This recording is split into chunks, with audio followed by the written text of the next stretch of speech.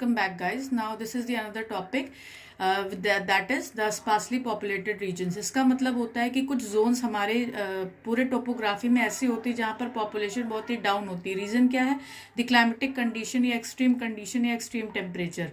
Topography word इसमें आया तो टोपोग्राफी मतलब होते हैं जो फिजिकल फीचर्स होते हैं जैसे प्लेट्यूज, प्लेन्स या माउंटेन रीजन्स, उनको टोपोग्राफी कही जाती है. तो the topography is rugged and difficult for human habitation. जैसे फॉर एग्जांपल जो प्लेन होता है वहां पर पॉपुलेशन ज्यादा होती है. लाइक हमारे जो गंगा के रीजन्स के पास में, जैसे हमारे यूपी में, हमारे बिहार में हमारी जो पॉपुलेशन है ज्यादा है, मुंबई में, ये सारे प्लेन रीजन्स में. और जितने भी हमारे माउंटेनस रीजन्स के जो भी एरियाज है, लाइक देहरादून हो गया, मसूरी हो गया, वहां पर पॉपुलेशन डाउन है. उसके भी कई रीजन्स है, वो मैं आपको फर्दर इसी चैप्टर में बताऊंगी.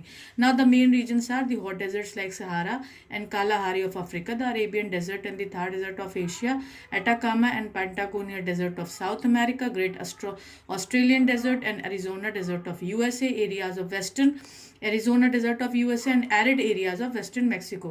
तो आप इसका स्क्रीनशॉट लेकर आप इसको अपने फॉर एग्जांपल के रूप में लिख सकते हैं, जहां पर आपको अपने क्वेश्चन आंसर में मेंशन करना पड़ेगा.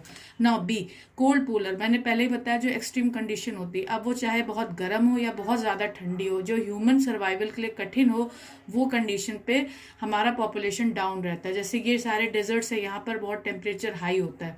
Now there are some regions जहां पर जो पोलर रीजन्स होते हैं वहां पर बहुत ठंडा होता है region, like cold polar regions of Arctic and North America, Eurasia and Antarctica are totally अनइनहैबिटेड.